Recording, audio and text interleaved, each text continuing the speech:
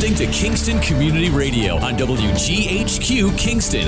On your radio at 920 AM and 92.5 FM, and also online at mykcr.org. Hi, I'm Kelsey Grammer.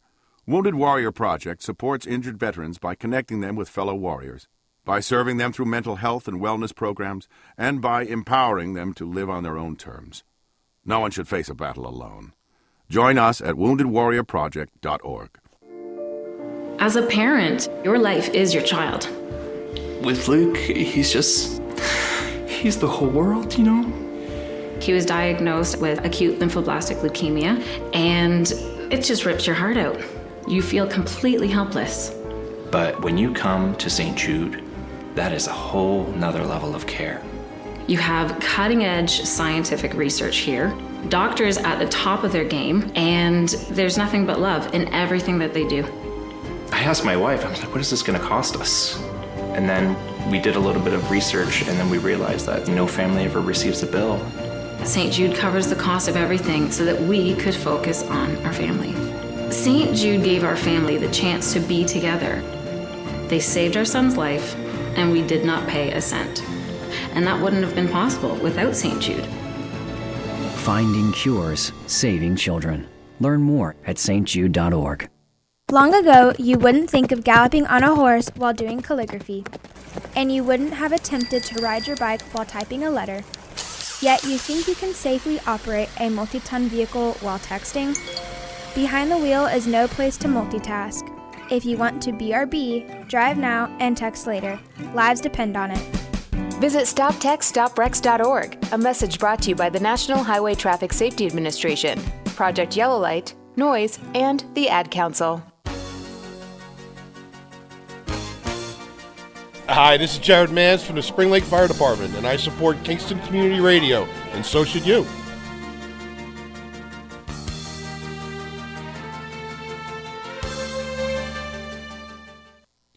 This portion of Kingston Community Radio is brought to you by Ulster Savings Bank. Visit their newest branch, conveniently located at the Ulster Commons Plaza in Lake Katrine.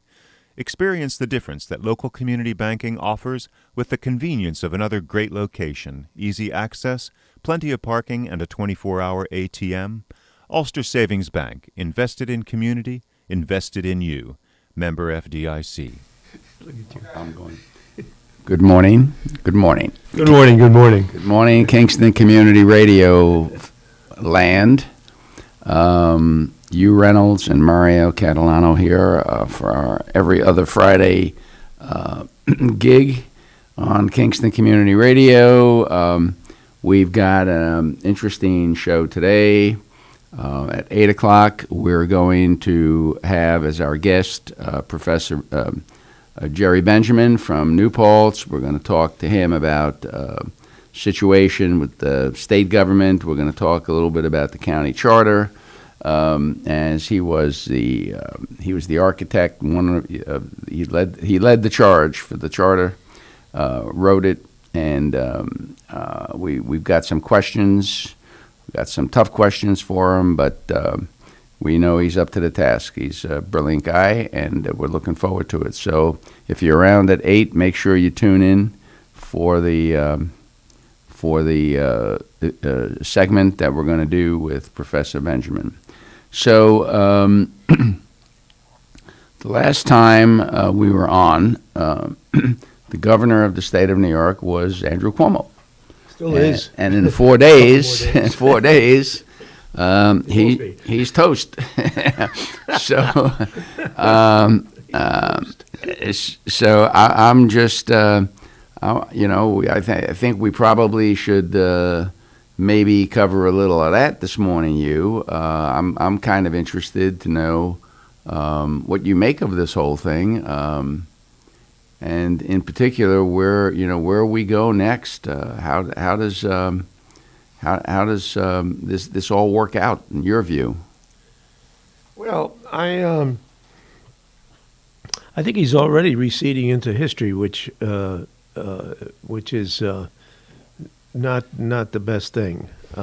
There's still some judgments to be made on what happened or didn't.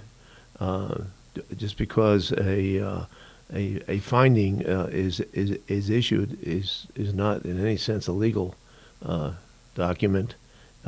It's instructive, certainly. It certainly was instructive to Cuomo when Tricia, the Attorney General, came up with chapter and verse, I think 168 pages of fairly detailed accusations against him. I think the question now is, where does it go? Where does a Cuomo case go, if anywhere? There are, I think, 3 or 4 district attorneys from different counties that are looking at unspecified criminal charges or possibilities, and. So do you think it gets whitewashed like the Assembly deal, where they essentially walked away from the impeachment? I know you've probably done a little investigation in that regard. Yeah, I have. I've had some exchanges with our assemblyman who disputes my conclusion and others. And my conclusion that a deal was done. And they certainly had plenty of time to do the deal. I mean, they dragged this. The Attorney General got through her investigation fairly expeditiously. The Assembly still wasn't done with it. I mean, the facts are the facts. And not to mention the fact that they had her investigation to rely on. Meaning, you've got an investigation that's concluded. What are you guys going to find that she couldn't find and her team couldn't find? Yeah. And the Assemblyman, Kevin Cahill, is fairly insistent that there was no deal among a room of deal makers, chronic deal makers, I would say. Yeah. And politicians by definition. Deal takers. Deal takers and deal makers. Politicians by definition are are brokers. And so we have to suspend disbelief, I think. The question is, what was the deal? Well, the deal is the counter argument, which Cahill has made publicly, is that unlike with the Trump impeachment, that the state constitution, the only penalty in the state constitution of a conviction, which would have happened in the Senate, but didn't get that far, in the state Senate, is to remove the person from office. Now, if the person quits, that's the only penalty. It would have also prevented him from running for office again, and that was the penalty that they wanted to impose on Trump. And they managed, the House of Representatives, that is a deliberative body of extraordinary, should I say? I'm trying to be polite here, but it's not working. They're not very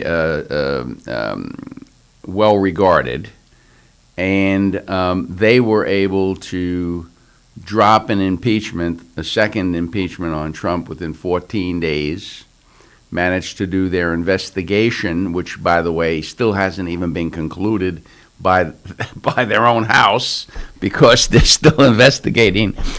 She's first appointed somebody to investigate, but they were absolutely sure they had the goods on him, and they impeached him a second time within 14 days. You know, my father used to have a saying, where there's a will, there's a way. Yeah. And in this case, there was a way not to do it, because everyone knows that the speaker was very close to Andrew. I mean, that's been a given for a long time. Mm-hmm. And he was not going to find a way forward on impeachment. The other thing, too, and I think this is something that the Assembly probably completely disregarded, and that is the feelings of the victims. Mm-hmm. That's a key point. They were entitled to pardon the phrase, but a pound of flesh here. They were entitled to some sort of statement by the assembly that, listen, we didn't like what happened here, and we're going to impeach this guy. And we're gonna go on record as saying, guess what? This was improper and should not have taken place, and you are hereby impeached and removed from office. We're not leaving you around for 2 weeks to do whatever you think you're going to do in this 2 weeks. Well, Mara, technically speaking, let's talk about Cuomo, not Trump, for the moment. Technically speaking, the Senate would have. It's a difference, as Mike Kavanaugh used to say. It's a difference without a distinction, because it's solid Democrat over there. But the Senate would have sat in judgment. So the way to quash a indictment is to cut it off at the beginning. The beginning of the process is the impeachment process.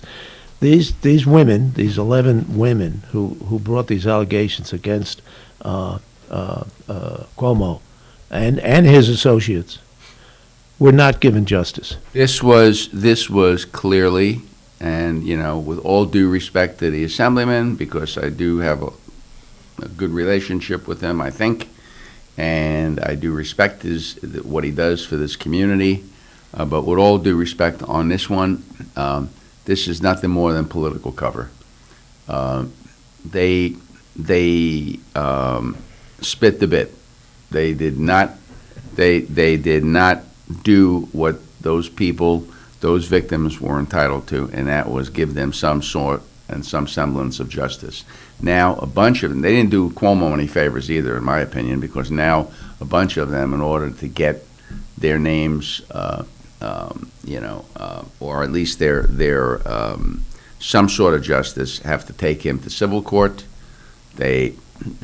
Some of these district attorneys could have walked away and said, all right, he was impeached, whatever. Now he might be facing criminal charges. Other up-and-coming politicians wanted to cut their teeth on this case. They could have put it to bed. They actually would have done Cuomo a favor, in my opinion. But then again, that's my. May I interject, partner? We have in about 50 minutes, we have Jerry Benjamin coming on, and we want to speak to Jerry specifically about some of these constitutional issues that Cahill has raised. Oh yeah, sure. And so why don't we save some of that? Okay, for, good idea. Good idea. What else you got for us today? You're a newsman here. I'm a newsman. There was a press conference yesterday afternoon regarding the Quality Inn near the traffic circle. The former Ramada Inn. Former Ramada Inn, yes, okay. which had stuck in my mind, and I referred to it in my report as the Ramada Inn. But I think people knew what I was referring to. But this is a big project. $20 million. I don't know about 20, but they announced maybe the public component is Rupco was asking for 8, 9, or 10 million to finance this plus the 3 or 4 million they paid for it, plus whatever they paid for it. Yeah. To convert this into permanent housing for the homeless in our community. And I've been in conference, as it were, with the town supervisor, who did not attend the press conference yesterday. Conspicuously absent, as we used to say. But conspicuously present, just to digress, is the New York City Public Advocate is a man named Germani Williams, who traveled from New York City to stand with the county executive and commend him for this initiative. That's an interesting juxtaposition. The town supervisor, whose office is whose town is going to host this event, is going to host this project, is not present. Although he had as I reported, he had a key role in the negotiations. Yeah, I noticed that you broke this story. Yeah. And Thursday morning, actually. Yeah, beautiful. I'll tell you one reason. So the press is not dead in this town. Only part of the press is dead. Part of the press. Not to talk about media, but it's pretty much spoon-fed on every level. It's interesting. When you read a story, it says Smith in a statement said, and they quote Smith from his press release. And when I saw that. When I saw I get the press releases in advance, as a member of the media. Yeah. And when I saw that press release, I thought, this is one where there's a lot of elements to this that I kind of doubt the press release will include. Nor did the press conference. A press release, by definition, is very carefully crafted to reveal and to conceal. Sure. And you got to really read between the lines. And quite frankly, if you didn't write the lines, it's pretty hard to get at it. It's kind of a Gordian knot. But one of the issues I raised with Supervisor Quigley was, what has been the reaction? I assume you touch base with the business people in that area, the car dealers, for the most part, who have invested untold millions of dollars in their businesses. Yeah. What is their reaction to having this facility? Quigley kind of spun it as a very positive win-win situation for everybody. In that side, as he calls it, that side of Route 28, although Route 28 ends there, at the traffic circle, that side of Route 28 has had chronic water and sewer issues ever since that development started. And that Central Hudson used to be, there goes our callers. Central Hudson used to be out there, with their yes, they were regional facility. I think there was a big store out there, wasn't it? What was it called? Tops, I think, or one of those, James Way or somebody. Somebody like that. Yeah, that's right. When I first moved to Kingston. Remember that? Yeah. Yeah, I used to go out there and get stuff. Yeah, I think it might have been James Way. Yeah. Maybe They're long gone. Yeah, maybe a caller could jog our memories. And that this would actually lead to not only reduce the operating costs for the businesses that are there, because they'll have water and sewer connections, but car dealerships need a lot of water and sewer. Well, you got a lot of cars there. They got to wash the cars and they got to flush the toilets. You know how it is. So that was a positive spin. I'm very intrigued. There were two things that intrigued me. Okay. The last paragraph in the Freeman article gives a quote from Jumaane Williams. Yeah. However, nobody asked him what he was doing there. So I'm looking at this and I'm saying, where in heaven's name did this guy come from? New York. And why is he here? Do they think that they're going to export homeless folks from New York City and send them up here, and that he's, whoa, hey, listen, this is a great facility. We'll send you all our, downtrodden. Was that part of the deal? Was it and of course I've speculated to this previously, is Jumaane running for governor in 2022? Is he looking at Kathy Hochul and saying, I can take this woman out? I mean, she's from Buffalo, and I'm from New York City, and I'm the public advocate, and, whatever. So maybe he's on his, testing the waters campaign. But as you know, the waters in the Hudson River run both ways, Mario. Yeah. In fact, I think Chattahoochee, which was the Native American word for the river, some of the tribes called it Chattahoochee, which in in their language meant the water that runs both ways, and they were referring to the tides. Sure. Up to Chelsea near Beacon. They were kind of fascinated by that, a river that ran both ways, and it was the tides. But the political tide runs from north to south, and as we've reported from time to time, our county executive is an ambitious young man, and he has aspirations as to what we will not be revealed until the next press conference, but he has a PAC out there that's raising considerable sums of money. Yep. I believe over 300,000 and counting. Can't find it, so I have no idea. The name that they're using is not the name that it's registered in, because I've checked with the lobbying agencies. And I'm sorry, I don't mean to interrupt you. A listener just called in. The store that you were talking about that was next to Ramada, Big Scott's. Big Scott, yes. Thank you, listener. The big water tower looking. Yeah. That was probably where Camper's Barn was, right? Camper's Barn is still there. Yeah. I was kind of young when they. And then Central Hudson took over that building. And yes. Yep. It was electrically heated, I'm told, and that for Big Scott went broke paying their electric bill, but Central Hudson didn't have a problem with that. They foreclosed on the electric bill. Ran another business out of town. Let's get back to this Jumaane Williams thing, because to me, this is incredible. With all due respect, unless somebody can call in and tell us why Jumaane Williams needed to be there, this is essentially none of his business. This is Ulster County doing a project. This guy is the New York City advocate.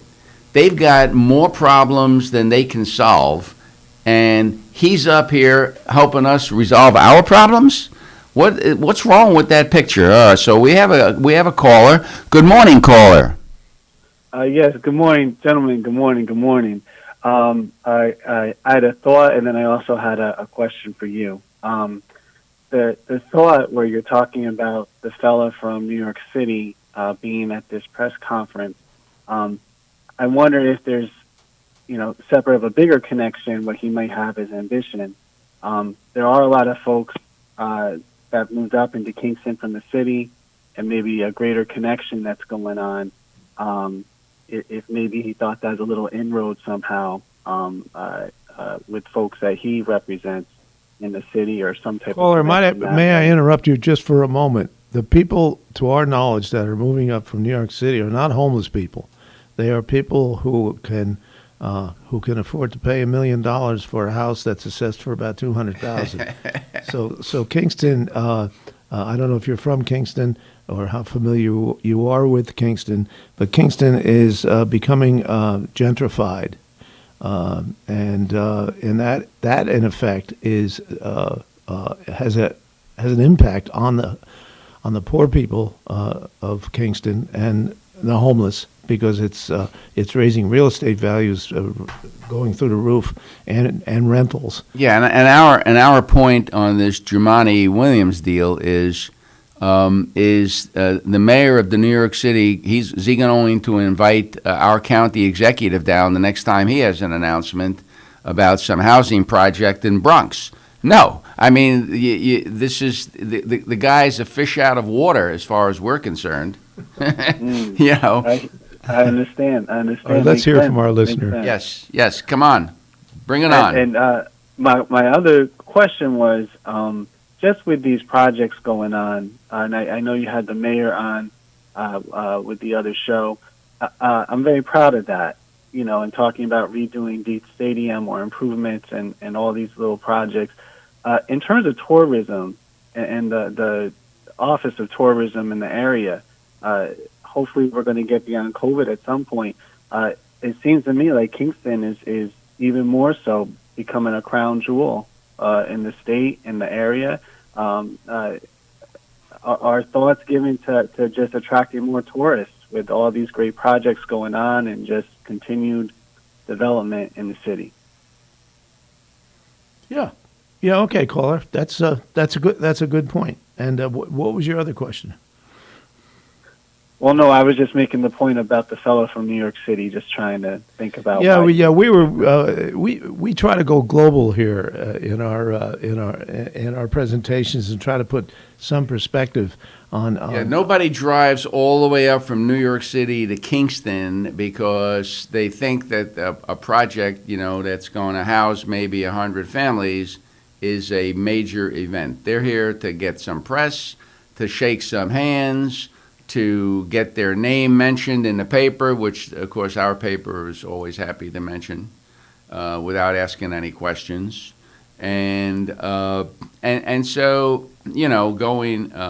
going forward, what we're doing this morning is we're speculating on what old Giamatti was doing here in town. And old Giamatti back in town. Yeah, he's what's the end game here? What's he got up his sleeve? We know that he's dealing from the bottom of the deck, but we just want to know what game we're playing. And I wonder if yes, I hear that from that perspective, and also with the county executive, was there something in it for him to have that fellow next to him? In terms of the county executives. Great point. And wanting a connection to the city or a little photo op. Yep, very good point. Yeah, our county executive appears to be on an upward trajectory, establishing his woke and progressive bona fides, credentials. And the more times he can be in a picture with a Giamatti Williams or, Bill de Blasio or one of these other, left-wing politicians, the more street cred he gets, as in my opinion, as he's looking for a lieutenant governor slot. That makes a lot of sense, too. Thank you. All righty, thank you for the call. Great call. All Let's we're at 331-9255. If anybody else out there wants to jump in on this conversation, we'd love to hear from you. In the interest of even-handedness, let's give... no interest. No interest whatsoever in being fair and objective here. In the interest of being fair and objective, let's give some kudos to the executive and his staff, and to Quigley, who and the town supervisor, who was and Rupko, and a few other I think family of Woodstock. There were a lot of moving parts in this project. I'm advised by fairly reliable observers that I had made the comment in my piece Thursday morning that there apparently aren't a lot of homeless people living in the town of Ulster, which is essentially it's only 12,000 people in the whole sprawling town, and it's essentially a commercial hub, which is what it is. Yeah, it is the commercial hub of the county. But I'm advised that those folks walking up and down Route 28 could be homeless, living under the bridges by the Alonia Sopus Creek. Oh yeah, little park there, sure. Yeah, and that's not a tolerable condition for our community to have this kind of situation, and to at least give them those folks some decent quarters as opposed to some sleazy motel room on Route 28 is as Pat Ryan said at his press conference yesterday, something that should have been done 10 years ago, which I think was a bit of a slap at his predecessor, Mike Hine, which is a way to segue into Mike Hine's situation. Absolutely. And by the way, I want to go on record as saying I think this is going to be a great project. However, I don't think we need Giamatti Williams as assistants. But go ahead. Now you can segue into your next. You can, You want the last? Do you want the last? Stay in New York. We don't need any help. You guys are sinking into the freaking Atlantic Ocean, and we need your help like, we need bee stings. All right, Bee go ahead. stings. Yeah, All right, whatever. that's the last word on Whatever. that. Thank you. Okay, thank you for that. Yeah. Mike Hine was back in the papers this week, no doubt reluctantly. Big front page picture of Mike taken when he was county executive at the Freeman in their editorial boardroom, whatever he was talking about at the time. He seems to be in very deep hot water at the moment regarding the distribution of federal funding for perhaps homeless people, for that matter. I think that's a component. Tenants and landlords who who are struggling to pay their bills. And New York State has 25, I believe it was 25% of tenants are behind in their rent. That's about twice the national average. Yeah. Mm-hmm. Because there's no money forthcoming. Well, the reason we don't know why there's no money, but there's a substantial amount of money. I think that the federal appropriation in January, federal approval appropriated in April, was on the order of $46 billion nationwide to assist tenants and landlords, which is critical. Wow. And New York State, through the efforts of Senator Majority Leader Chuck Schumer, got a nice chunk of that, $2.4 billion. $2.4 billion to I might add, in emergency funding. Yeah, that'll pay a lot of rent. Yeah, it will. It'll keep people at least above water for a while. And this money was available, became available in April. And as of June,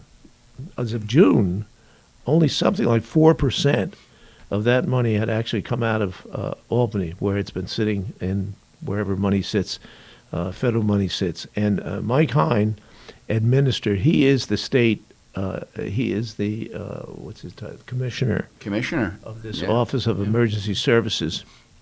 He's the commissioner. And the buck goes there, and apparently it stopped there.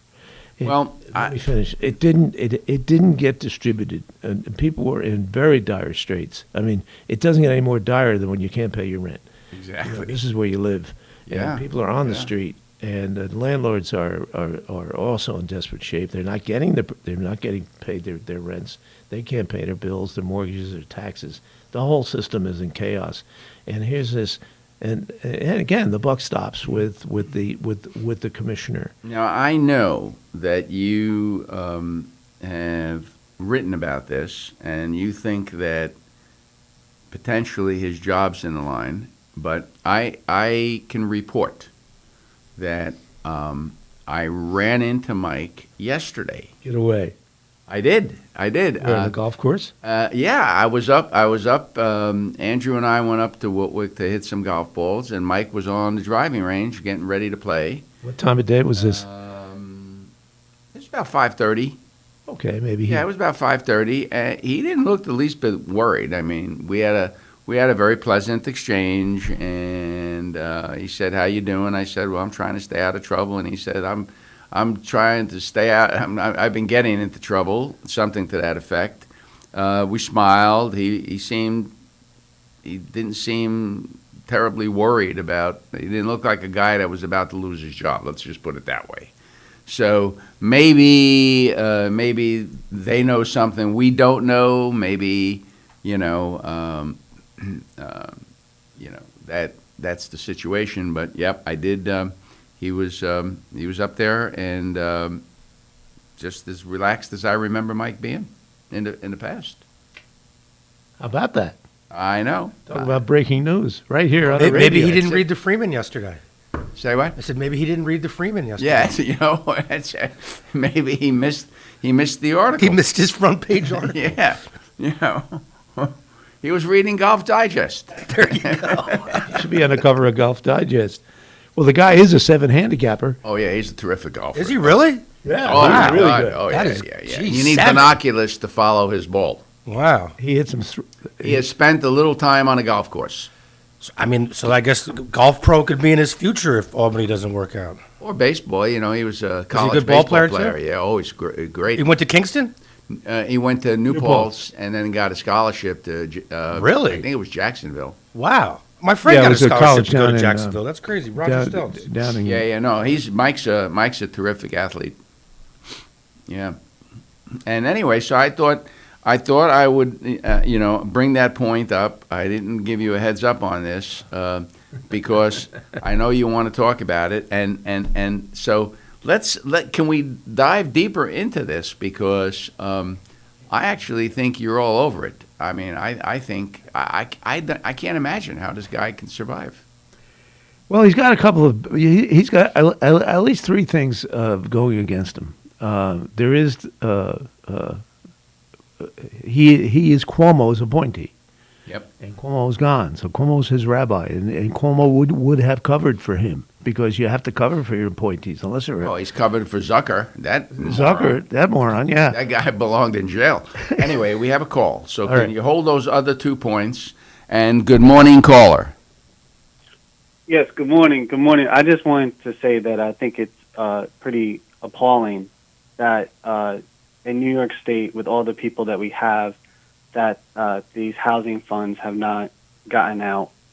They're there because we're in a pandemic, all that's impacted, and I just want to say I think it's appalling. If you can't get that right at this time, what can you get right? So I really hope they get it together. It's a little ironic that we're looking to build a homeless shelter because there could be some more homeless folks if they don't get this together.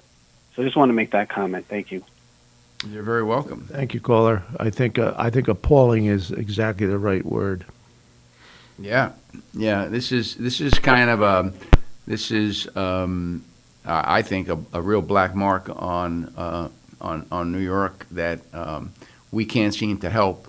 We've got $2.4 billion sitting in a bank someplace, and we can't get it out to landlords and tenants who are desperate for money.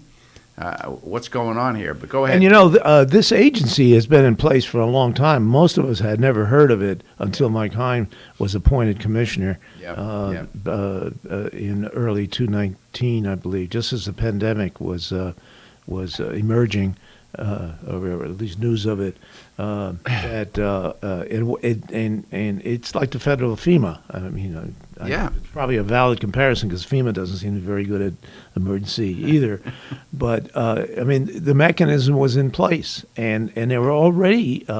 It's kind of a conduit. This money comes from the federal government, typically to be on a regular basis, to be administered by the state. The notion being the states know better what their own situations are. So the mechanism was there. It wasn't like setting up a whole new agency. And even with that, they couldn't get this money out. The New York Post article, which nobody refuted, indicated that New York was the only state in the whole country. Wow, that's right. 1 out of 49 that had not begun to get this money out to their constituents, and that alone is a black eye. We used to be a leader in so many things, and now we're an embarrassment. But the other points are, so Cuomo's gone. So there's his cover, Mike Hine's cover, I should say. What kind of relationship he has with a lieutenant governor? Almost nobody has a relationship with a lieutenant governor because they don't matter. Yeah. Mario Cuomo was a lieutenant governor, and he almost died in that office. So there's that. Kathy Hochul, the incoming governor, has said she's going to evaluate all the department heads. So how does he possibly pass the? How does he pass muster? I don't know. On the fact that everybody in the state, including state senators and everybody else, is complaining. So go ahead. But and you have a third point. There's Kathy Hochul coming in, and in two respects, she doesn't know this guy, although she certainly knows about him now in the press, and she'll make an evaluation, and she has to make, I think, very very quickly. She has to make a positive impact. She has to establish herself. She's doing, I think, doing a good job of that. She's a pretty good campaigner. I've talked to her. I've interviewed her. Oh, wow. Yeah, she's what they call a retail politician. She's a backslapper. She's a handshaker. She kisses babies. She's good one-on-one. She's good, very good one-on-one, very very outgoing, friendly, and it kind of almost as Mario Cuomo used to say, if you can fake sincerity, the rest is easy. She comes across as quite sincere. I think she's a little thin on resume, but she can establish that as an executive to run the government, and she can make a hell of a splash. If she walks into the office and looks around and says, "Hey, listen, guys, you haven't got this money out. You've had every opportunity. You've had 3 months to do it. You haven't done it, and we're going to do it." We don't. I don't think we can get there with the people that we need. And that money could be flowing out all over the state of New York, thanks to Kathy Hochul, is a huge political advantage for her. On the other side of that equation, if people start getting fired in Albany for being incompetent, the town's going to be empty. Yeah, and that's gonna. I don't know if she wants to set that kind of precedent, because a governor, just like in Kingston, they used to call it the city hall vote.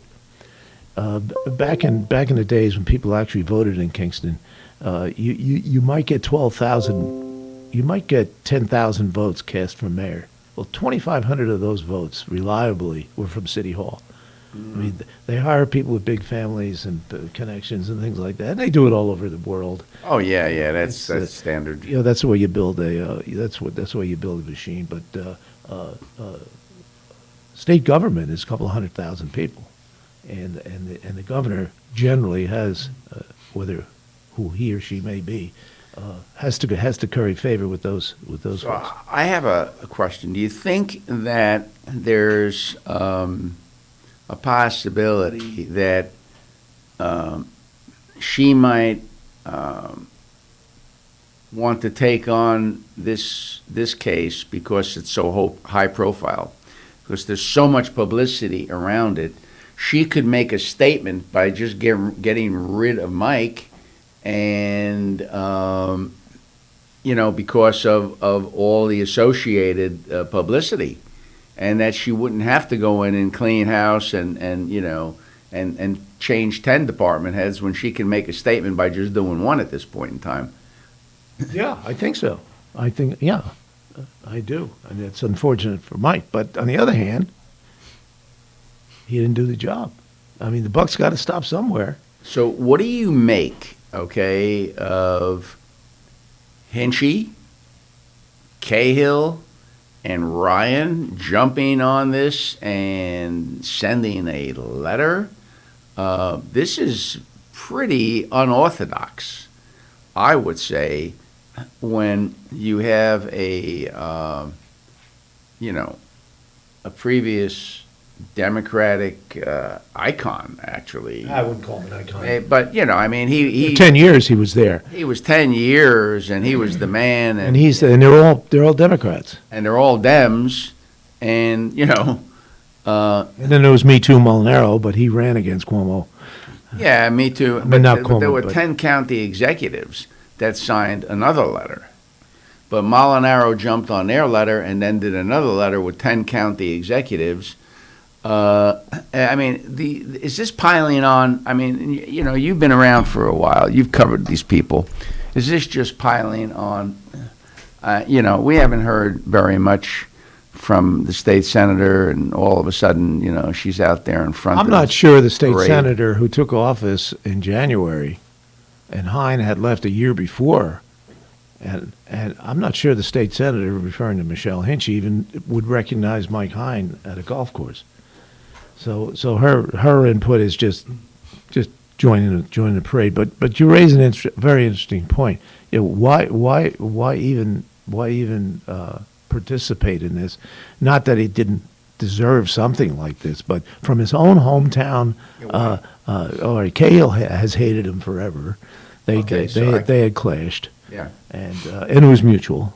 And so Cahill seems to be getting the last word, at least up till today, getting the last word on this. I would make the point. I would raise a question about where were all these suddenly infuriated political leaders in our community 2 or 3 months ago when this money was announced.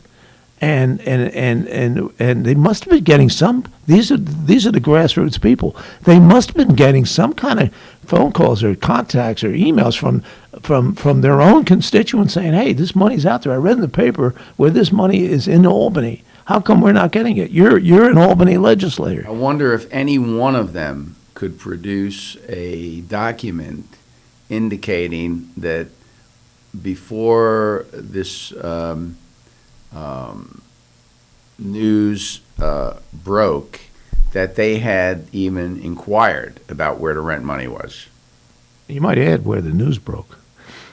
Well, Locally. my point was that before Schumer wrote the letter and it made the New York Post and all the headlines associated with it, that any of these people who were getting phone calls from tenants and from landlords and whatever, did they even bother to investigate? Because they would have known a while ago. In the absence of any evidence to that, to your point, I would say no. Yeah. So piling on belatedly at this point could be payback. Yeah, I think it's just payback. Mike Hine ruled with an iron fist. He was kind of a mini Cuomo in absent the sexual stuff, and no one's ever raised that. But in terms of the way he governed, he was just a hard-ass guy. And, he made the railroads run on time. He was the first county executive. He certainly had a lot of opportunities to establish programs and precedents and all that, but he was not easy to deal with. And they say payback is what's the word? Yep.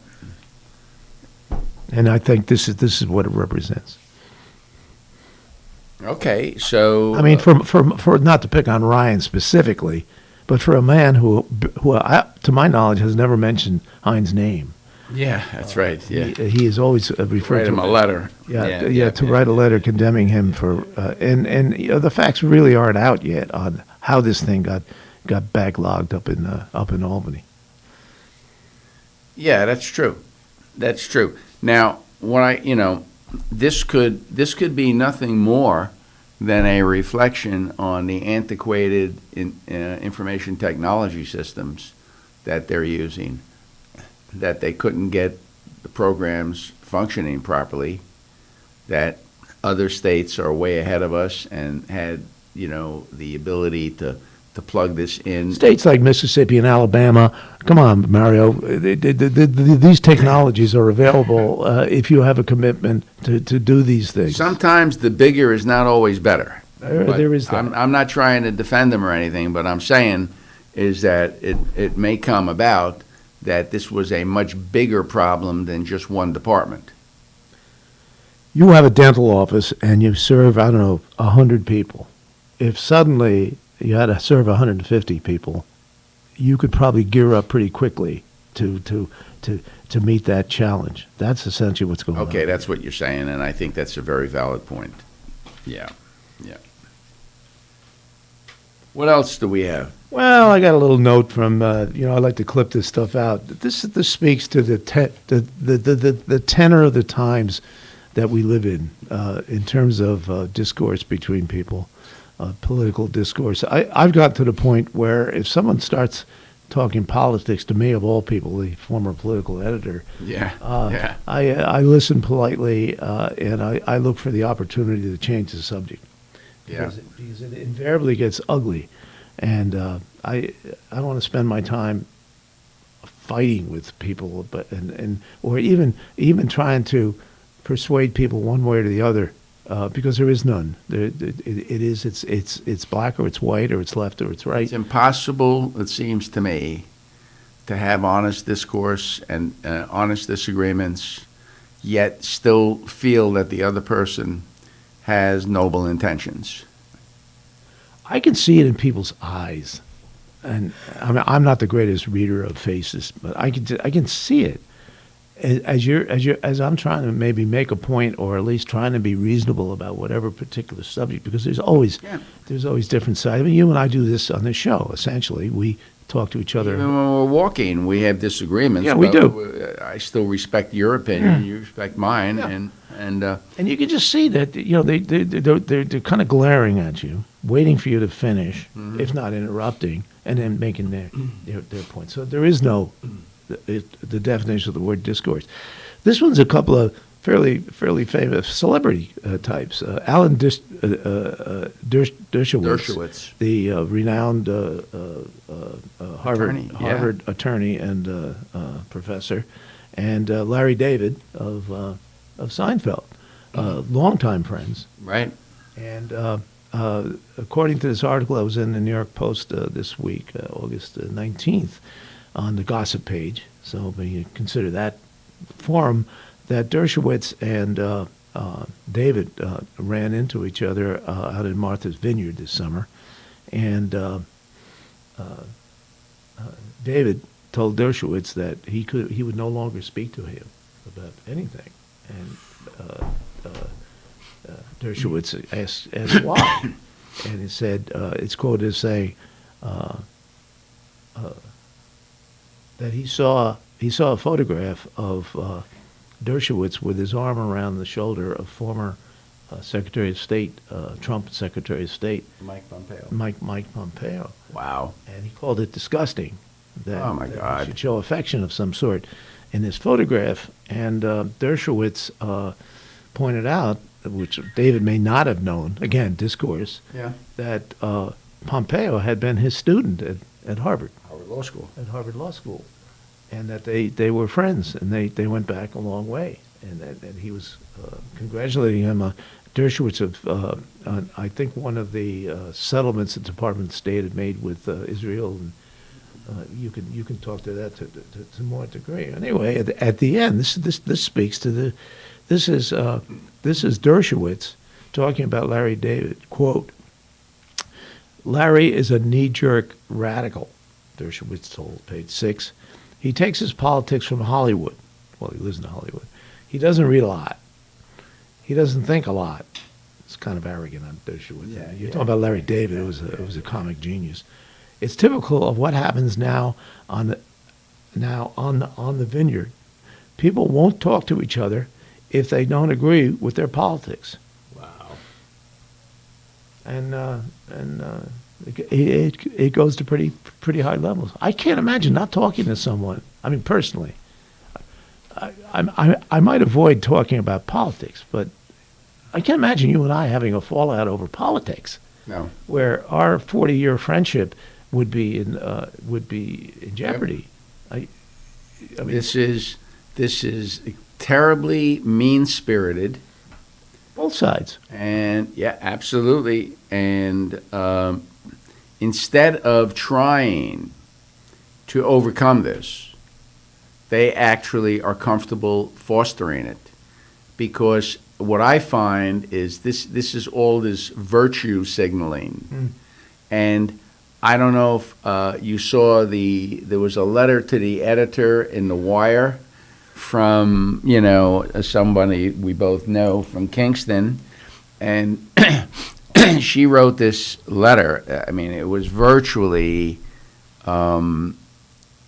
hysteria over the fact that she pulled into a parking lot and there was a Silverado pickup truck that had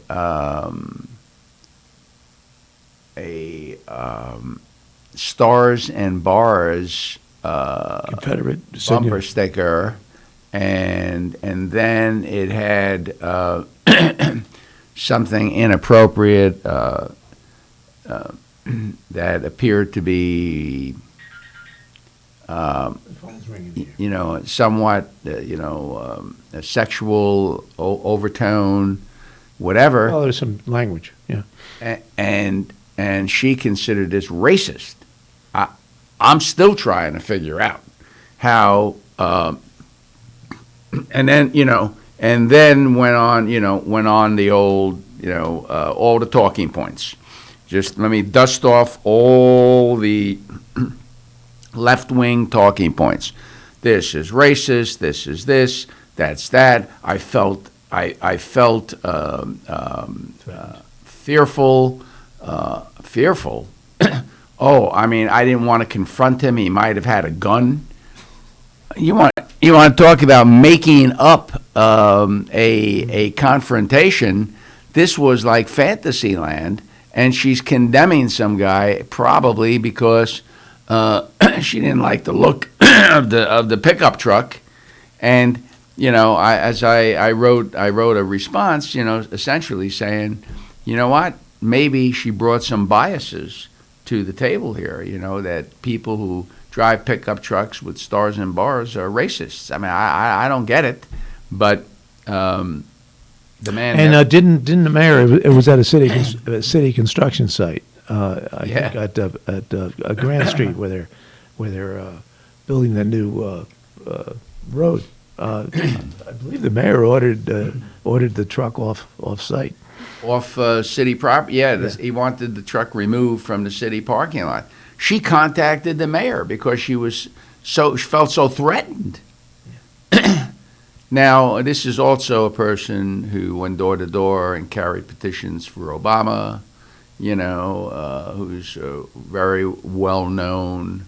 Well, she certainly has she certainly has a right to do that. I understand that, but what I'm saying, I guess the connection I'm making is she's a member of that, left-wing virtue signaling crowd, and of course, she wanted to let the world know that she feels threatened by stars and bars. Well, I voted for Obama on the advice after consulting with my younger son.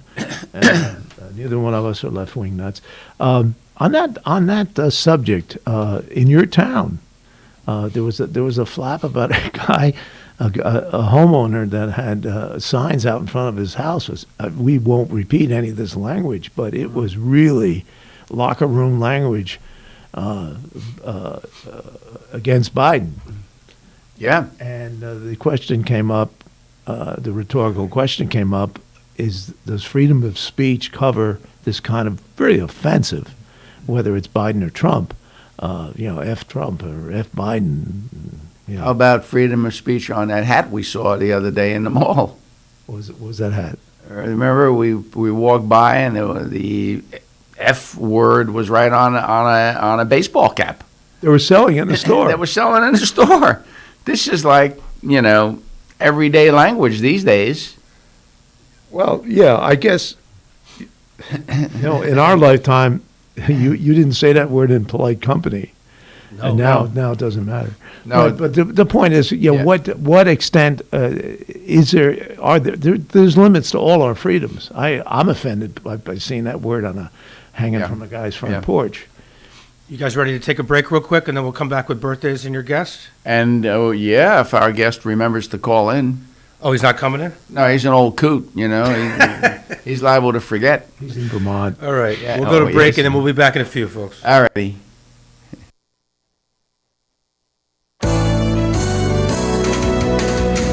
Listening to Kingston Community Radio on WGHQ Kingston.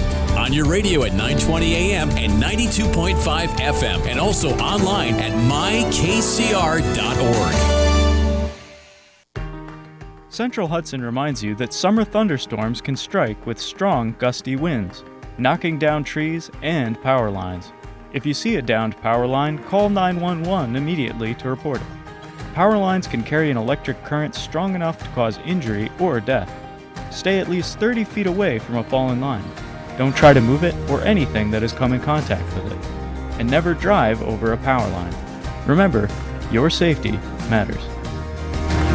Question: what will you find on all over-the-counter or OTC medicine packages to help you choose the right drug and use it safely? The answer: the drug facts label. This label lists the medicine's active ingredients and purpose, how much to take, and warnings you should know before using it. Remember, even OTC medicines you buy without a prescription can cause side effects you don't want. So follow the information listed on the drug facts label. For more information, visit fda.gov/drug facts label. A message from the U.S. Food and Drug Administration. Introducing the YMCA. Sure, you know the Y for a swim or a game of hoops, but we're more than that. We're a cause. When you take a jump shot at the Y, someone else is getting job training. Practice yoga as a team practices her leadership skills. We give people of all ages, incomes, and backgrounds a chance to learn, grow, and thrive. So while you might think of the Y as the place for lifting weights, we're also about lifting entire communities. That's the Y. We're so much more. Visit ymca.net/more. Hi, this is Tony Marmo from Norman Staffing, and we've been bringing together employers and job seekers since 1980. If you're an employer and have job vacancies, let Norman Staffing help fill them with permanent or temporary workers. We screen, interview, and recommend the best candidates for your company. We make the employment process easier and faster for you.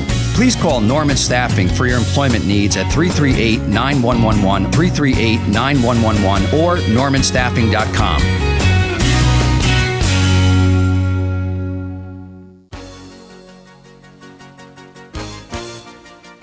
Hi, this is Jim Quigley, supervisor of the town of Ulster, and I support Kingston Community Radio, and so should you.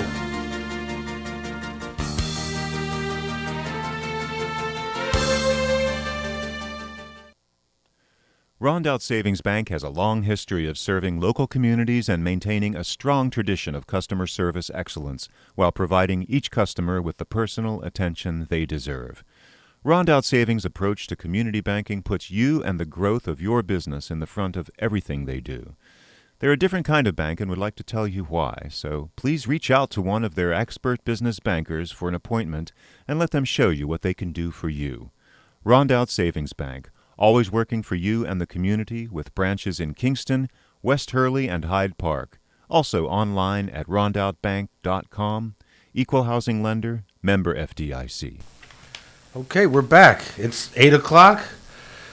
Mario, what do you got for birthdays? You got a bunch in there? Or? Oh yeah, well this is a busy time of year for birthdays. So let's get started this morning. So we're going to do today's, and then we're going to do the weekend birthdays as well. So let's first wish a happy 25th birthday to Colin and Bradley Van Schack. Evidently, they're twins. So, happy birthday, twins. 25th, big 25. From love from Mom, Dad, and Ryan. And then we have a special request. Hello, my mom's birthday is August 20th. Her name is Nancy Herzig.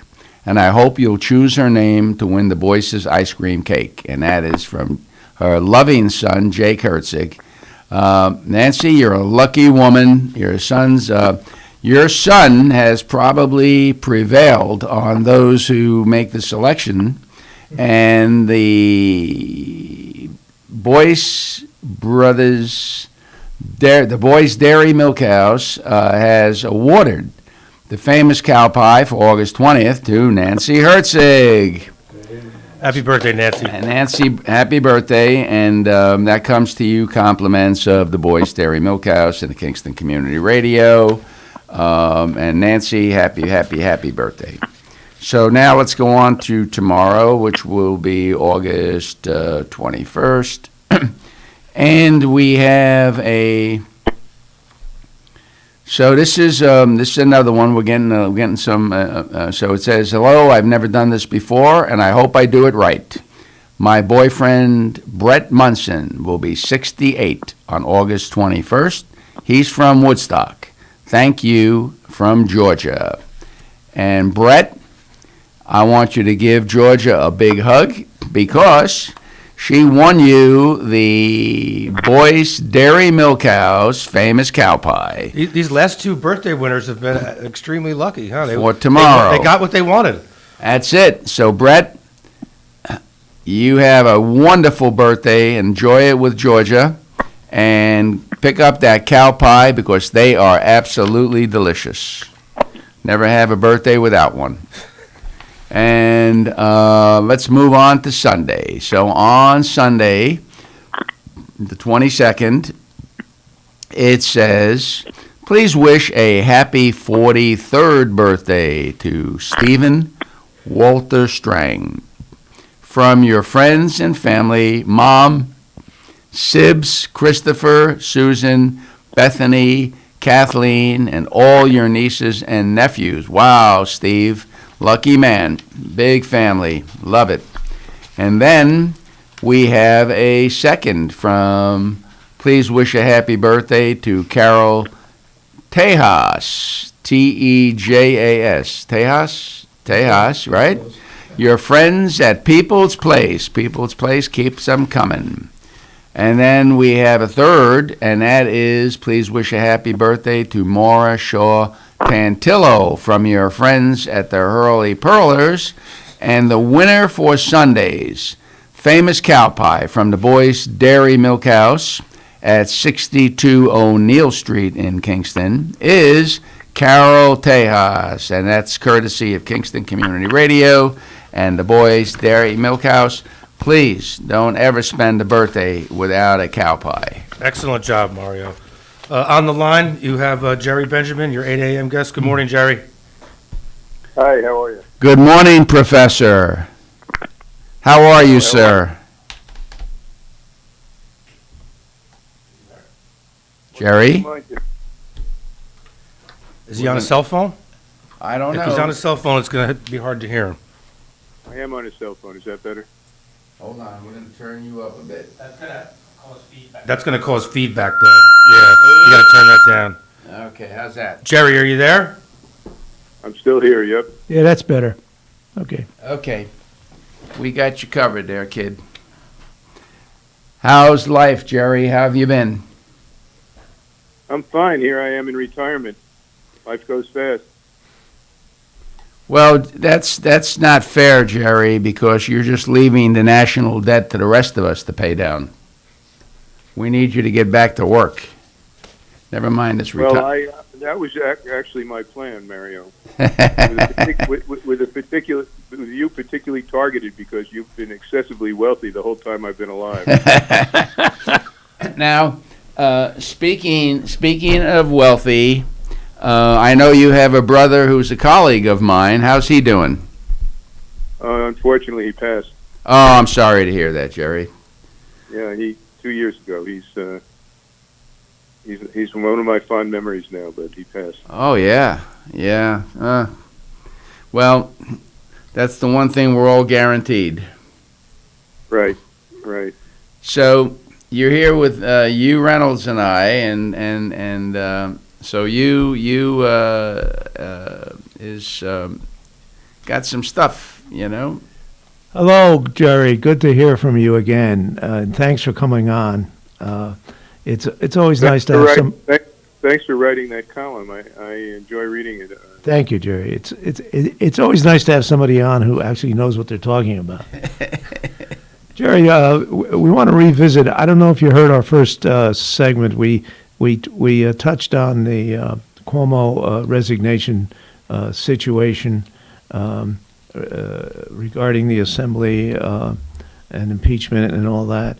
And this is a particular area of expertise for you over a long period of time. What's your take on it, Jerry? Just in general, as a scholar on the state constitution. Well, the take is that the Constitution is far too vague on the impeachment process and the criteria for impeachment. That's the first take. Second take, the threat of impeachment, if it's credible, is likely to lead to resignation. That's happened twice in a row now with Victor and Cuomo. And third, the failure to impeach leaves the door open for Cuomo, and is probably the probably ultimately the reason when he was presented with overwhelming evidence, the reason that he decided to resign. Those are some of the points. The point that the Assemblyman Cahill makes is that that there were no deals made, and that the Assembly really didn't have a choice other than to drop the impeachment proceedings once Cuomo announced his resignation. Is that the case? I agree with that. I think you can't impeach somebody who's not in office. You know, the impeachment is a political process. It's not a criminal. It's parallel to, analogous to, but not the same as a criminal indictment. And the punishment, the sanction for impeachment voted by the Senate is removal and barring a further holding of elective office, but not or barring holding of elective office. So once you're out of office, you can't be removed, and it makes impeachment moot. Having said that, and Kevin's of course a great friend of mine for many years, but having said that, I detected through the process a great lack of enthusiasm by the Speaker for the whole undertaking. You detected that, Jerry? You are a master of understatement, Professor. What about the other side of that equation, though, Jerry? Just speaking maybe personally, where's the justice for the women who have raised these serious allegations? It's certainly not coming from the Assembly. There are criminal indictments potentially pending in at least 4 jurisdictions. So that's one path. And the driving from office of one of the main Democrat elected officials in the United States, who is overwhelmingly powerful and built a national reputation just recently, is a consequence of great importance. I think it's obvious that there have been very substantial consequences.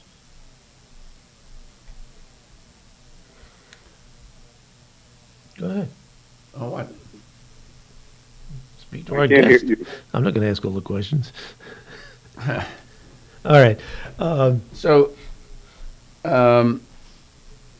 Jerry, just from an overall point of view, you would say that this thing played out probably as best as it could for under the circumstances.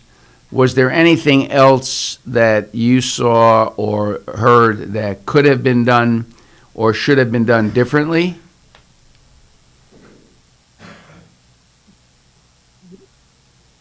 I know you can always quarrel with timing or how quickly institutions moved.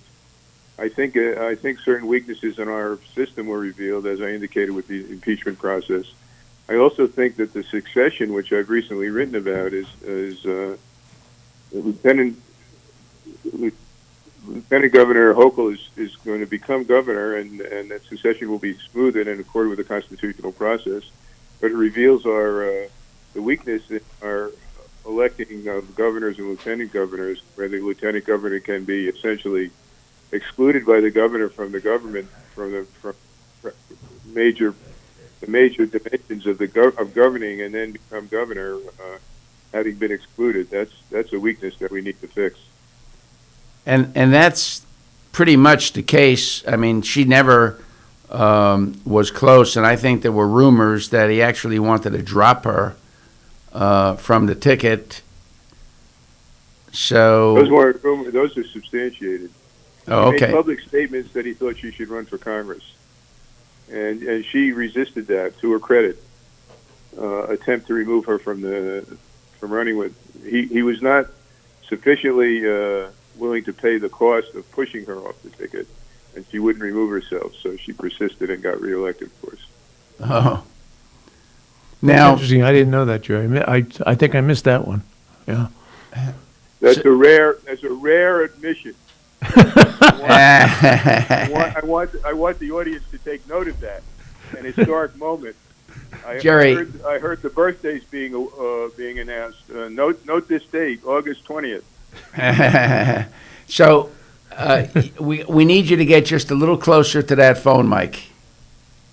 I'm very close. And That's I'm perfect. In the midst of 40 days of rain in southern Vermont, so there might be some interference. So. There you go.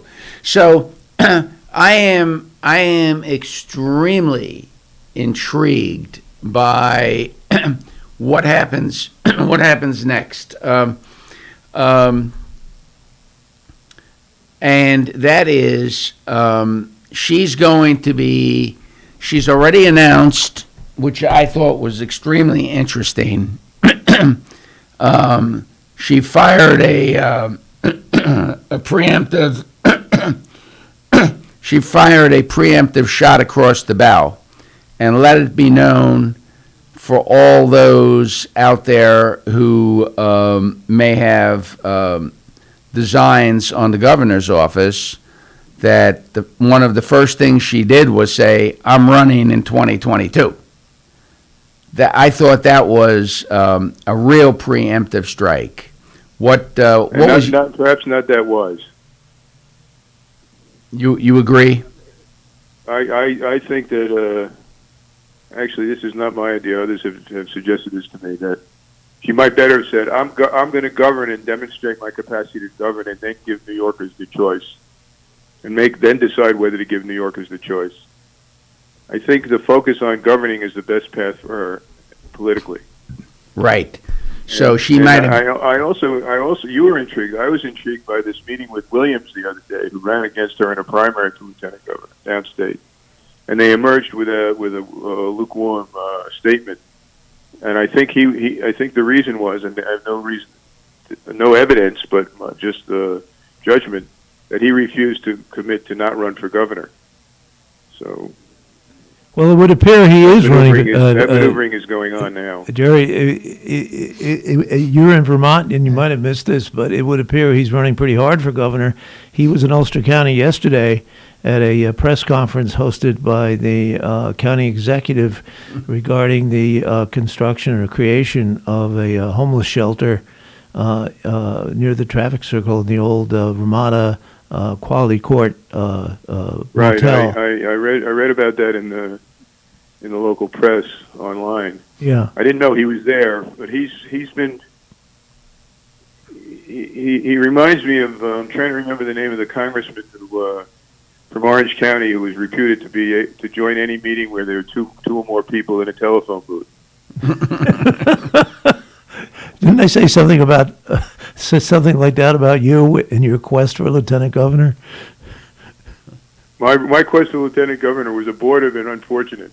It was. This Jamal Williams has been running hard and appearing constantly all over southern New York. It didn't just start with the governor's resignation. Oh, okay. So he's been looking north since he became the public advocate. Well, I didn't know how. It certainly is true in the city. There's a I'm a member of the Citizens Union, and there's a publication called the Gotham Gazette that gives information on public appearances of major elected officials, and he's constantly appearing before audiences across the city. I'm not sure about. Maybe upstate is new. It might be new. Okay. So somebody to watch. So if you're Kathy Hochul, and there are some very obvious candidates or opponents on the horizon. So Letitia James, she's got, she couldn't be more obvious about her interest in running for governor. I actually felt that she was going to primary Cuomo. Then you got Jumaane Williams. He's in there. So if you're Kathy Hochul, how do you balance your ticket, so to speak, to kind of perhaps short circuit some of these potential opponents? How do you strengthen your hand? A credible. First of all, I find the downstate running mate. I find it interesting that usually we get the leavings upstate. We're the people sought out for balance at the last minute, but now we're looking for balance downstate. I think there's an irony in that.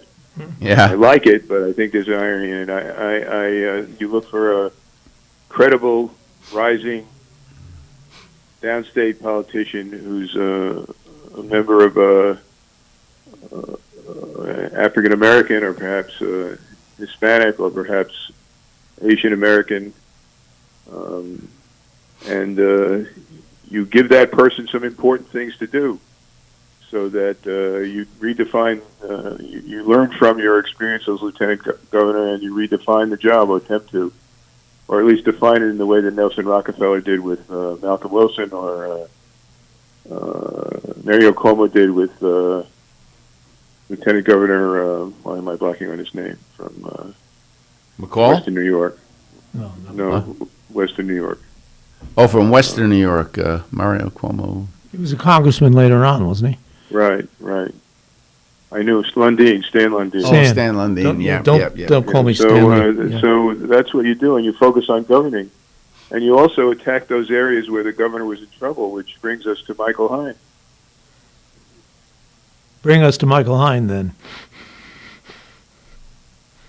Well, New York is last in the payouts for rent and housing relief in the country, which has provoked Schumer, and that's in Mike's department. Yeah, they're piling on right now. I mean, Schumer wrote him a letter. Gillibrand was all over it. Now, just recently, our new state senator, Michelle Hinchy, Kevin Cahill, our assemblyman, our county executive wrote him a letter. Then 10 county executives wrote him a letter. And he's coming, and he may have good and sufficient reasons for the difficulties departments face. I don't know that, and it's certainly important to know that before making any judgment. But he's vulnerable at a time where the new governor has to demonstrate that she's not the old governor. Right.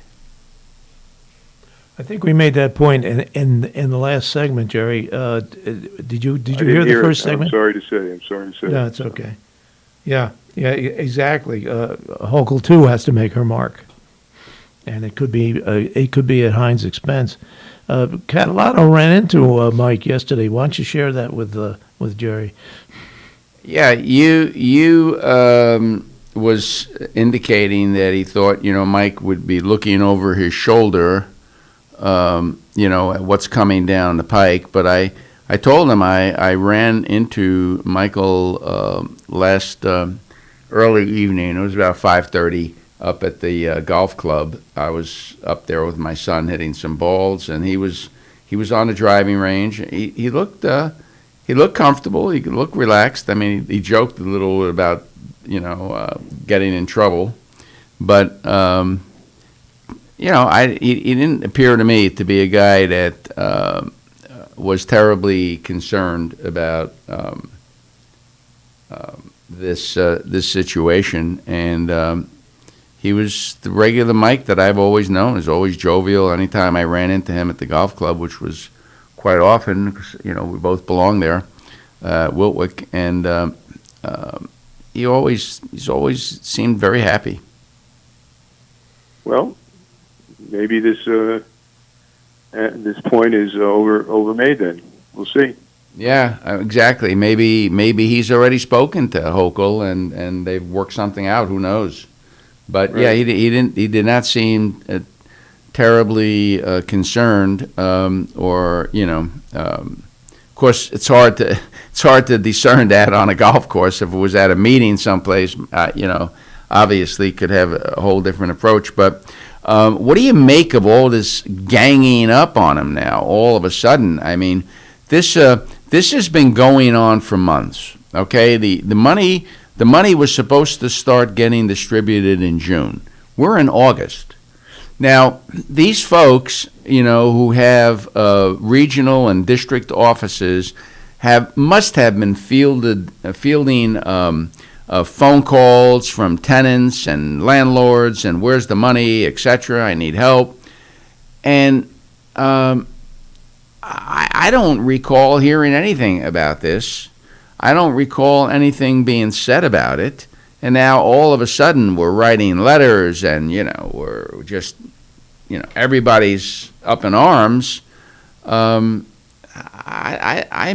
don't know. It just somehow it just doesn't. 1 and 1 is not adding up to 2 here. Let me play devil's advocate, or at least take a different point of view here. I would not have been surprised if that same group of people hadn't come out in Hines' support and said, "Here's a hometown guy who's our first county executive, did a very credible job for 10 years, established a lot of procedures that are working and that are now in place," which speaks to Catalano's point about he expressed some dismay about what he called piling on by his fellow Democrats. Politically speaking, Jerry, what's your take on that? Well, not everybody he dealt with when he was county executive turned out to be a friend. Not everybody was dealt with in a positive way, me included. So I'm going to have to. Me included too. So I'm going to have to pass on that question, because I'm certainly not neutral on the question. Okay. Well, I'm the only person in the room that had a cordial relationship with him. I had a very cordial relationship with Mike. Not enough to win an election. Yeah, I had a very cordial relationship with Mike before he was anything elected. with him. Please. Before he was elected, I thought he was one of the nicest guys I'd ever met, as Mario spoke to at the golf driving range yesterday. Very outgoing, cordial, friendly guy. Nice guy. By way of full disclosure. But not the same guy once he got elected. By way of full disclosure, I will tell you this, and nobody to my knowledge was aware of this, so I am going to disclose something. But when I became county chairman, I had breakfast with Mike at Diceen's Bakery and inquired as to his interest in running for county executive, and would he consider running on the Republican line, because he was a lifelong Republican. Mm-hmm. And he declined. He saw the writing on the wall at that point in time. The Democrats, I believe he saw the writing on the wall. But this is first. I don't even know if I've ever told you this, Hugh. But yep, I approached him, and I did a lot of things when I was county chairman behind the scenes that people didn't necessarily see. But he would have been my first choice to run on the Republican. He was county administrator then? He was the county administrator. The charter had been passed, and Mr. Sevago was stepping aside because there was nothing in it for him any longer, and he was ready to turn the reins over to somebody else to fight the war. And so at that point, when I didn't, so we wound up with a primary. Not a full-blown primary. We went to convention with 2 candidates, and the Independence Party candidate prevailed over the Republican Party candidate, who was Glenn Noonan, and so that's how that occurred. But I did approach him. And I had respect for what the job he was doing as county administrator. Jerry, just to digress a bit, for the information of listeners, can you detail what the process is to replace a lieutenant governor as is happening now? How it works? Governor appoints. No advice and consent. No nomination. No primaries. No convention. The governor appoints. It's a recent development. David Patterson was the first governor to appoint a lieutenant governor. He did it under a general provision of law because there's no specific provision of law, and the courts upheld it. It was challenging. It was litigated. I was one of the litigants. Oh, you opposed it? Yep. What system did you recommend? Well, it was left vacant with a chain of succession, beginning with the majority leader of the Senate, which of course would be a partisan issue potentially. But historically, it was left vacant until the next election. The governor and lieutenant governor have to be elected together. They can't be elected at different times, so it was left till the next election. But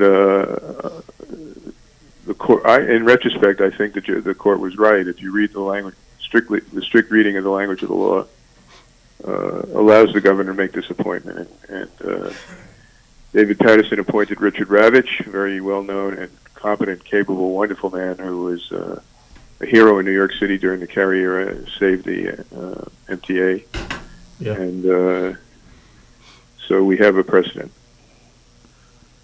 So when Hochul says that she wants Stuart Cousins... Hugh Reynolds, she can get Hugh Reynolds. She can get anybody she wants.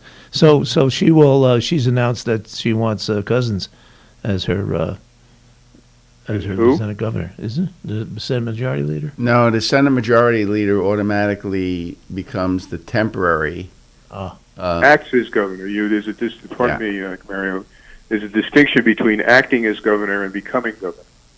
Yeah, but doesn't Andrea Cousins? Doesn't she become the acting lieutenant governor? Acting lieutenant governor. Okay, I got it. She performs the duties of lieutenant governor. Okay, got it. Which traditionally, at least in the last 6 or 7 years, have been doing nothing.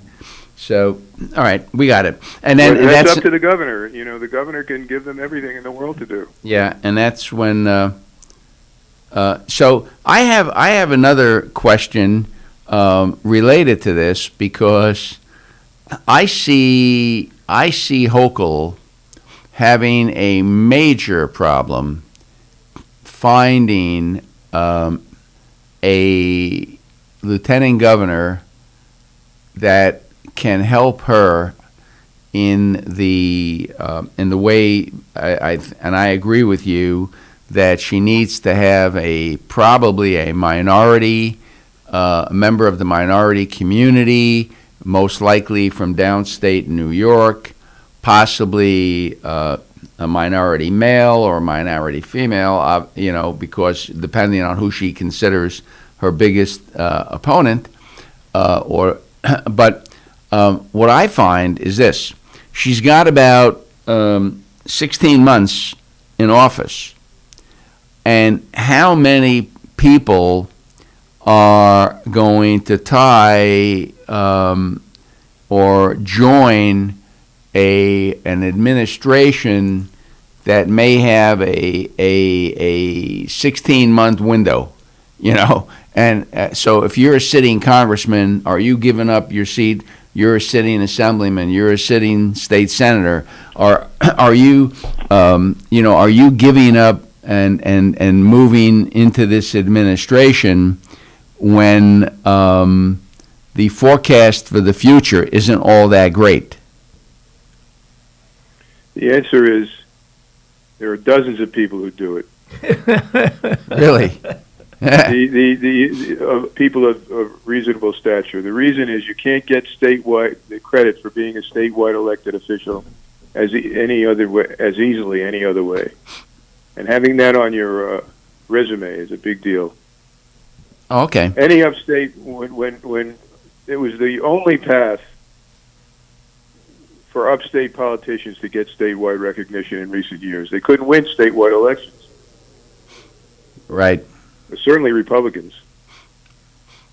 Well, not that the Republican would be appointed by a Democrat, but you see that, take Stan Lundeen. He wanted to be governor. He was from Western New York. He was a very talented guy. Becoming lieutenant governor made sense to him, even though he was a congressman. Sure. So it depends on the circumstance of the individual, the stage of their career, their risk tolerance.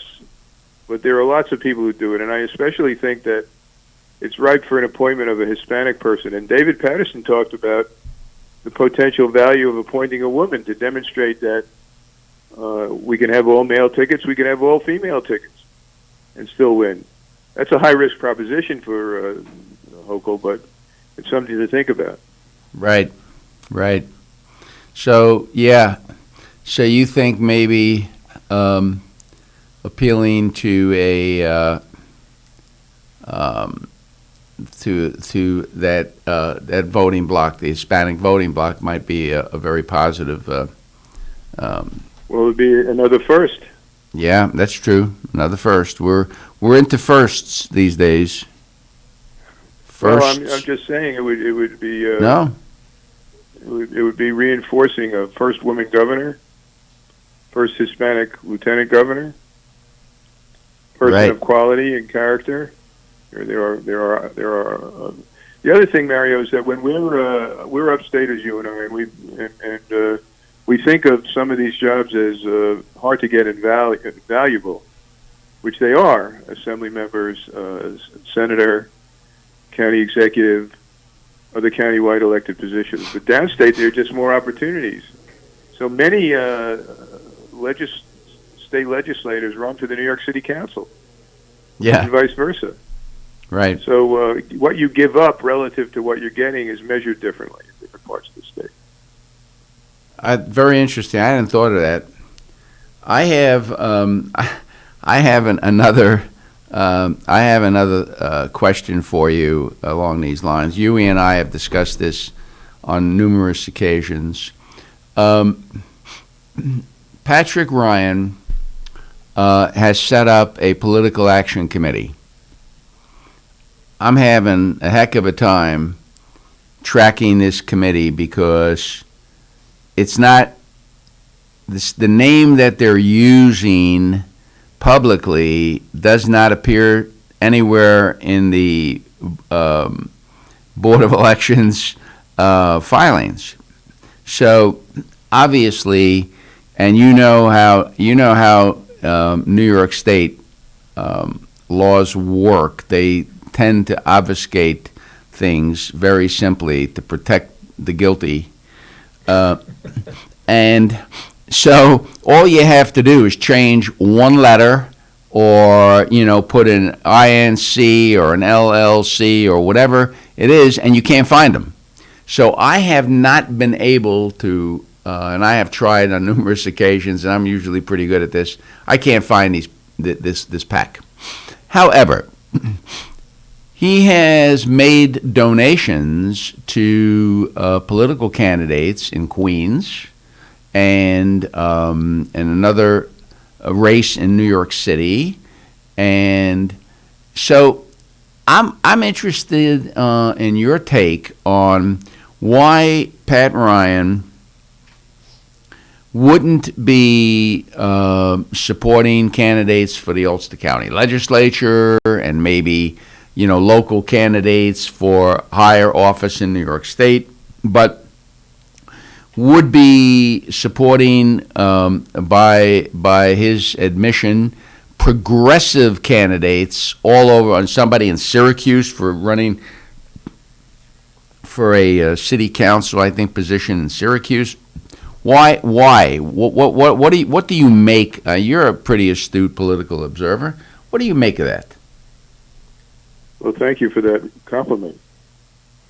First of all, second, let me give you another example. Why is Mark Molinaro issuing press releases on Afghanistan? Politicians who are ambitious have to reach beyond their constituencies to build relationships.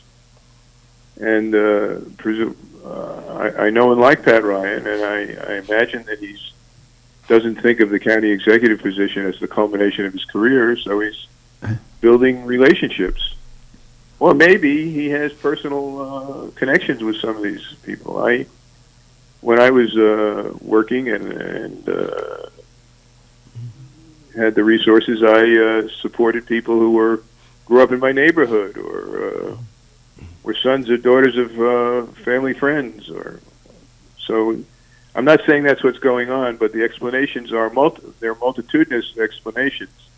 But I would think that it's reasonable to think that an ambitious politician who gathers resources to support their future growth and development of their career would make contributions to build relationships across, and if that was required across the state or across the congressional district, that's what they would do. The next step for a county executive in New York in the Democratic Party is a very difficult step. Politically, as we discussed, the political opportunities are not enormous. So, one of the things I have shared with my colleague, Mr. Reynolds, is that if Letitia James was to prevail in a primary, or Jumaane Williams was to prevail in a primary, they're going to need some upstate balance. And correct. It was my opinion that he was angling for, to be the counterbalance on a Democratic ticket, but he needed some street cred. He needed his progressive credentials had to be, polished and make some friends and promote progressive candidates and the whole work. So that's where I think it's going. But interesting. That's a reasonable analysis. I can't comment. I have no facts to add to the mix, but I can't comment. And I would say that Pat has been a left-center politician since he's been elected. I think his own beliefs, of course, are important, and the constituency of the Democratic constituency in Ulster County is quite liberal. It's not a conservative Democratic constituency. It's moving hard left. What do you make of the fact that Ulster County lost population, yet picked up over 20,000 new Democratic voters? How does that happen? Mario, if I criticize the Republican organization, you'll just be offended. You may. That's an oxymoron, Republican organization. Right. Well, when I was in politics and I was a Republican elected official, Republicans relied upon the traditional behavior of voters in the county. There was no great organizational effort. And the Republicans died off in Ulster County as they did, or moved away as they did elsewhere in upstate New York, and were not replaced, as there was no aggressive attempt to, when people came from downstate or grew up in our communities, there was no aggressive attempt to recruit or retain them in the Republican Party. So that's one. Second, the population exchange now is older people dying across the state and in Ulster, across upstate and in Ulster. Older people dying or moving away and being replaced in southern New York, so in the Hudson Valley, by people moving up from the south in seeking what they regard as reasonable housing costs and lifestyle, school opportunities for their kids, lifestyle that's more amenable to them than in the city. And they are not switching; they're sticking with their partisan inclination. Additionally, the Republicans haven't systematically, in recent years, to my knowledge and my casual observation, offered an appealing opportunity for people for support of citizens who come to the region, nor a competitive alternative. They've foregone competition in most venues. county legislative seats accepted. So yeah, we haven't run countywide candidates. There's no chance of winning, no competitiveness, traditional behavior, loss of people by death or departure who aren't replaced, and the net effect is a massive rebalancing of the partisanship in the county. Yeah, I mean, Chicago, dead people vote. I don't understand why that, Well, that's a failure of county party leadership, Mario, and you have to take responsibility. That's right. Insisting Yes, I do. that voters have to be alive. Yeah, I should have worked at the. I'm just joking, of course. The dead people vote a little, more aggressively. Jerry, what do you think about the county, though, pretty much flatlining in terms of population? The old saying, if you're not growing, you're dying. What's your take on that for the future? Well, I was a little surprised. We have a guy at the Benjamin Center. I'm retired, but I do work one day a week at the Benjamin Center still to help out. And we have a guy named Josh Simons who's a great expert on housing and population movement, and I think it would be better to ask him that question.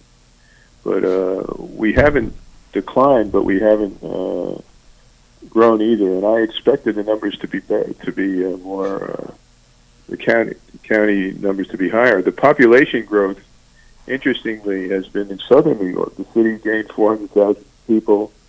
Nassau grew. Westchester grew. I don't know about Suffolk, but the growth pattern stopped at in Orange County they have the Hasidic community, which grows at a great rate.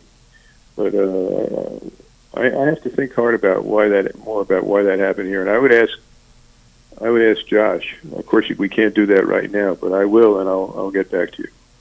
Thank you. Hey, on a personal note, Jerry, one of my favorite newscasters and mine, and our favorite newscasters, Liz Benjamin, is not on the air recently. I guess it's been over a year now, maybe 2 years. What is your daughter doing? 2 years, yeah. Yeah, what's Liz doing these days? Liz is the principal for a company called Marathon Communications that does communication strategies for people with interest before the state government. So it's not quite lobbying. She doesn't advance directly legislation, but it's strategic approaches to public policy goals and change. And she's represents clients with interest in the public sector. She's also been invited by the New York Times recently to write some essays about the kinds of things we've been talking about today, the resignation of the governor and the governor's legacy and the likely goals and opportunities before the newly chosen the new governor when she enters office. So she's been busy and active, and of course she's one of the most respected voices in communications field in the state. So I'm very proud of her. She was terrific on the air, and I can tell you that since she left, I can't even watch the show. I know. Well, Spectrum, she had some concerns that Spectrum was not valuing news and diminishing the length of the show, wanting a less cerebral, more conventional half-hour news broadcast. And I think that her contribution was that she gave upstate New York very solid reporting and interviewing on the key issues of the day that we cared about in upstate New York. And, of course, people cared about statewide. And it was unique. Her audience was the policy-making people in the state and the people who cared about policy in the state. A very unique and unusual audience. And I told her that she was one of the only things that bound the upstate communities together, the information that she that she conveyed daily with a focus on upstate New York. Yeah, she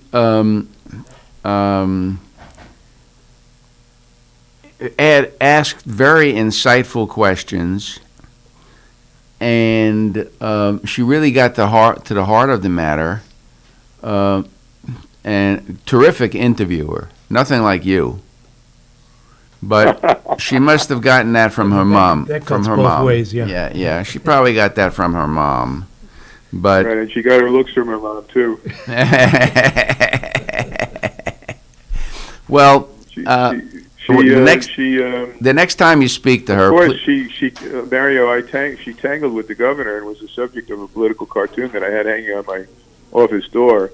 And with the governor now leaving, her stock has risen because she was one of the few people who wasn't intimidated and who paid the price, and made her job massively harder to do because of his enmity. So when she was on the Daily News, she had a column. It was one of the most read venues in the state. Well, when you speak to her next, please tell her that you and I really miss her, and that she had some tremendous following here in the Hudson Valley.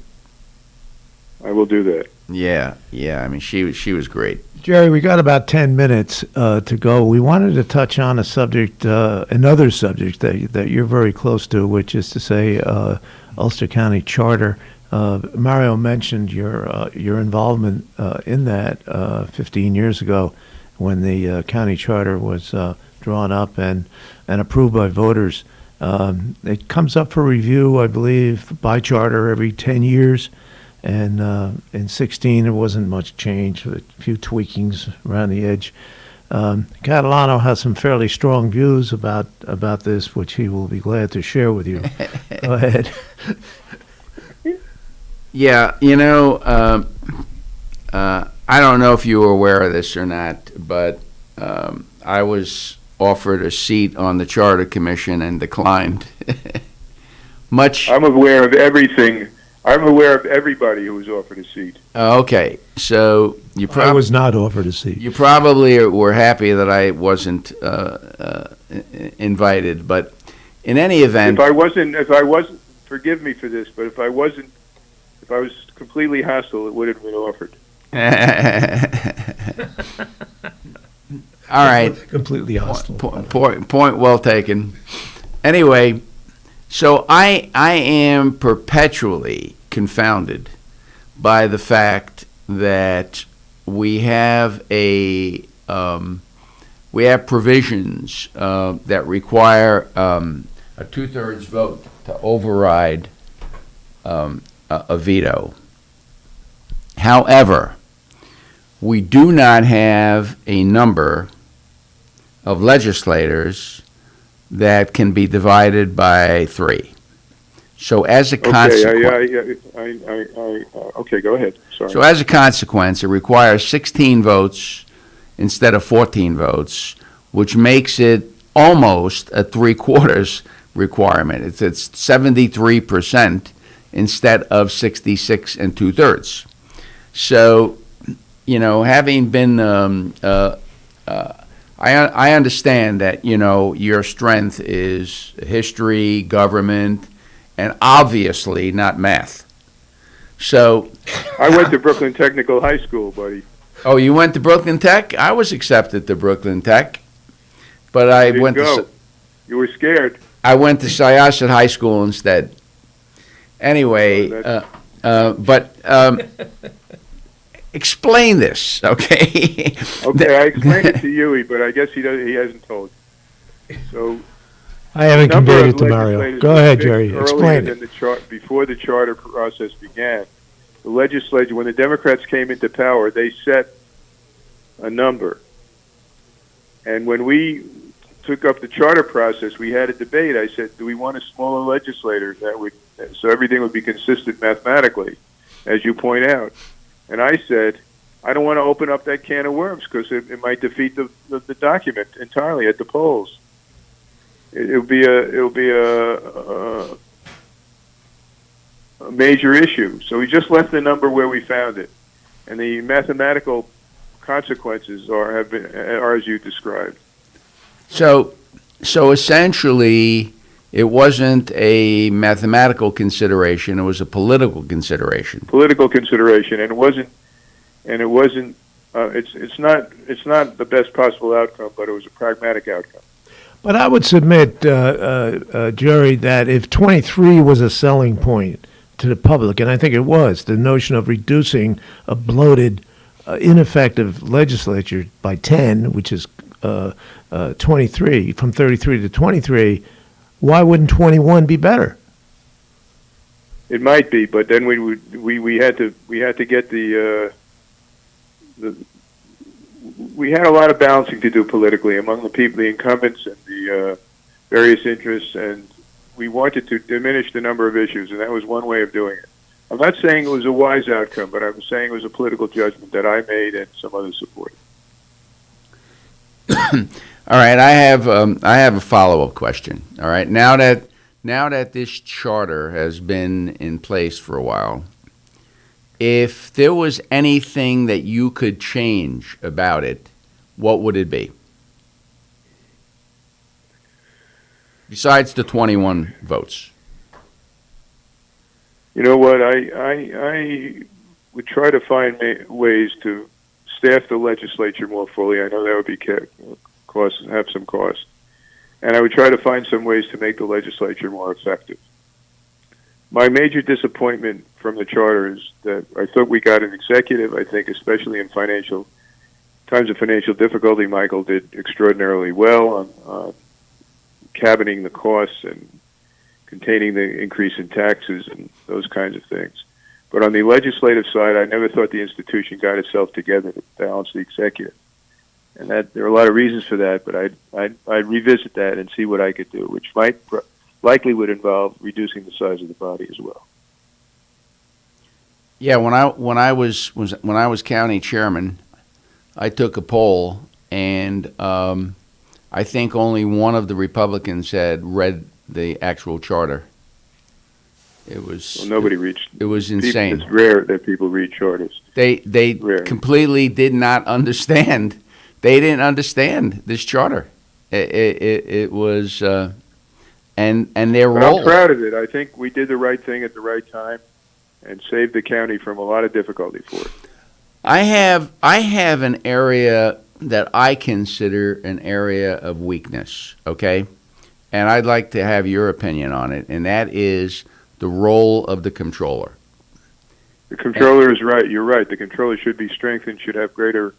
There are areas where we actually weaken the institution, and I think by inattention.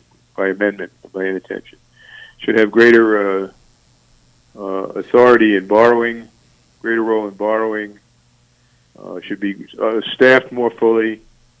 I think that when we staffed the comptroller, we said the comptroller is going to save money, and that money will be used to staff it up. But that didn't happen because of hostility, interpersonal hostilities, and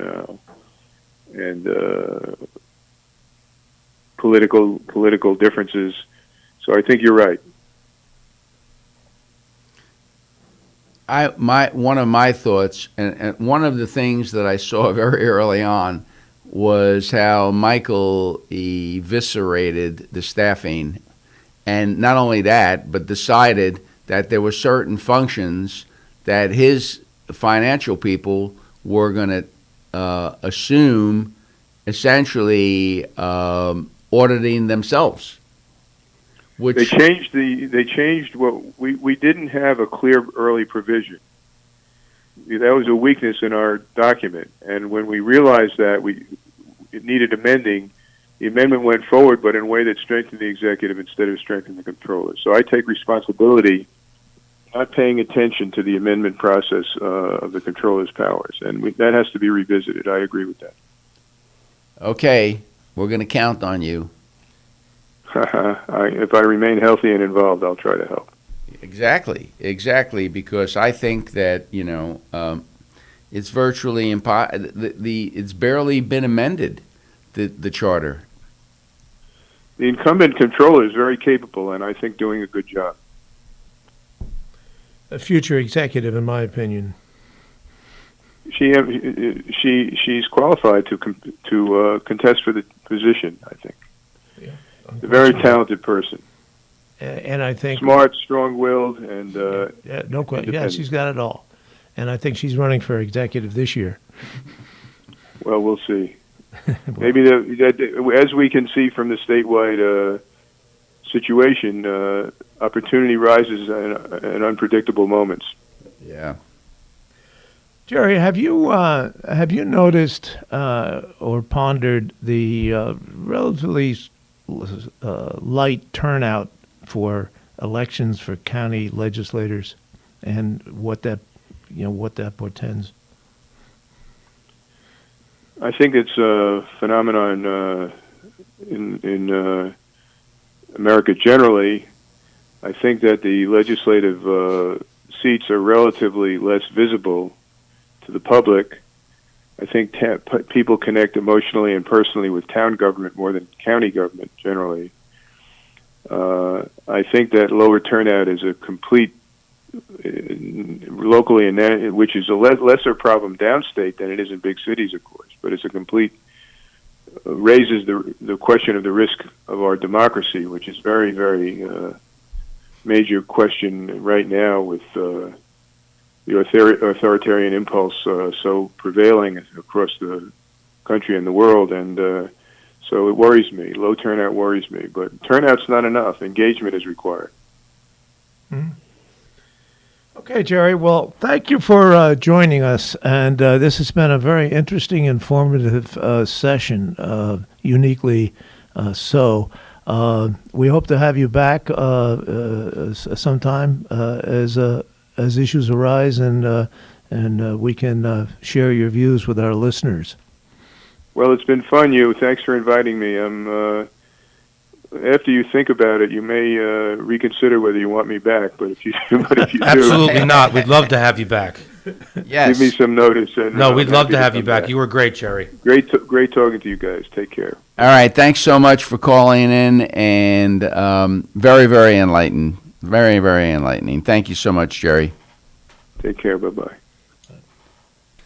All right, another show in the books, guys. You guys, I tell you, just what I think the shows. You guys are keep impressing me week after week. So, well, we want to bump and pay. He was an excellent guest. Oh yeah, yes, yeah. He was really good. Not to say that your other guests haven't been good.